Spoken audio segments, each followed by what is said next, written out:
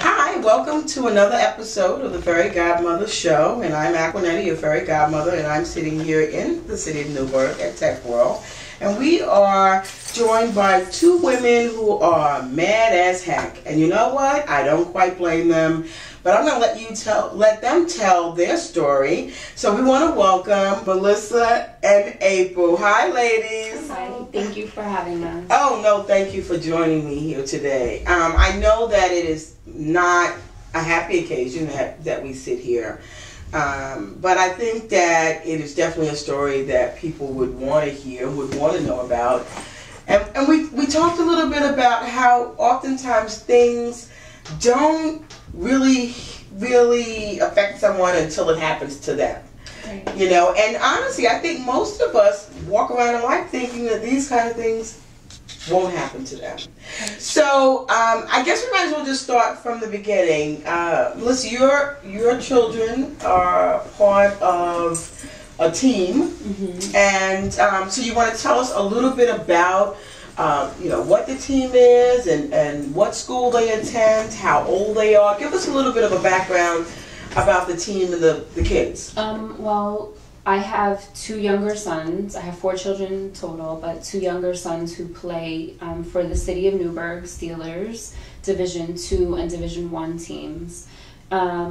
We're here because both of those teams were affected by negative racial slurs that were said to them by a team that we played the weekend of November 4th and 5th against Washingtonville, New York. And we're here as concerned parents. April and I are here as concerned parents because we want the issue addressed. We want to bring awareness that our children are being affected and they're being shaped and molded, their thought patterns, how they interact with people.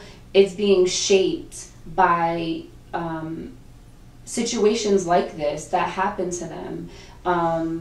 So we're talking specifically about racial comments that were made. Were they made directly at one of your children, or was it made at the team as a whole? Tell us a little bit about the scenario. And you know what, I'm going to pass it on because I know that the second day you were there, but April was there the first day. So tell us exactly, if you could just sort of draw a picture for us, what the situation was like, who was there, who heard what. Okay, so that Saturday I was standing in the bleachers. I was sitting down and there was a gentleman in front of me, and to my left were 2 women that were speaking to each other. It wasn't something that was shouted out into the field. It was a conversation between 2 women, and I was just in earshot of it. She did say, she was calling all of our boys little effing N-words.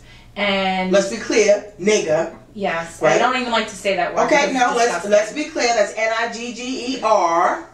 And the first time I heard it, I don't surround myself with people that speak like that, so I heard it and I tried to justify it in my own brain, like, no, I don't. You didn't hear that. Maybe you misheard it. It could have been anything. Okay, and then I hear her say it again, and say, I hope our boys break their legs. It doesn't matter because all they're going to do is collect welfare anyways. Little effing N-words again. So as soon as I was going to say something, the gentleman in front of me told her to watch her mouth because that's our children that you're talking about. That was his nephew on the team that you're talking about. And all of these children were there, and you're speaking about children. So that was handled in the stands.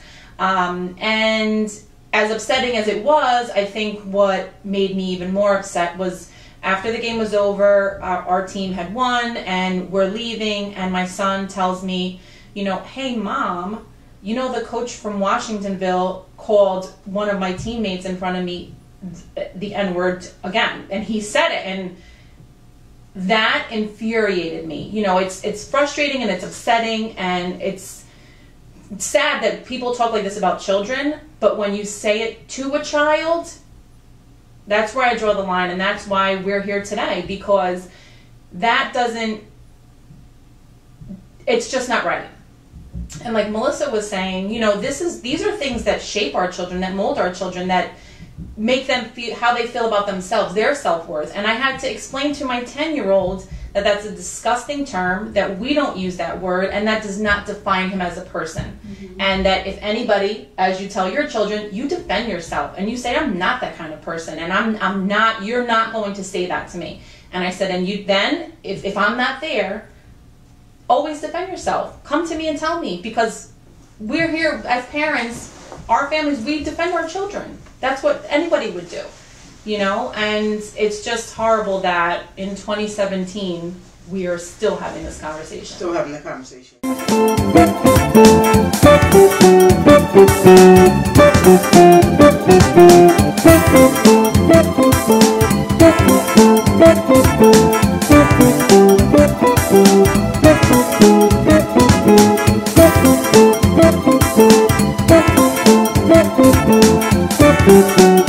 Thank you.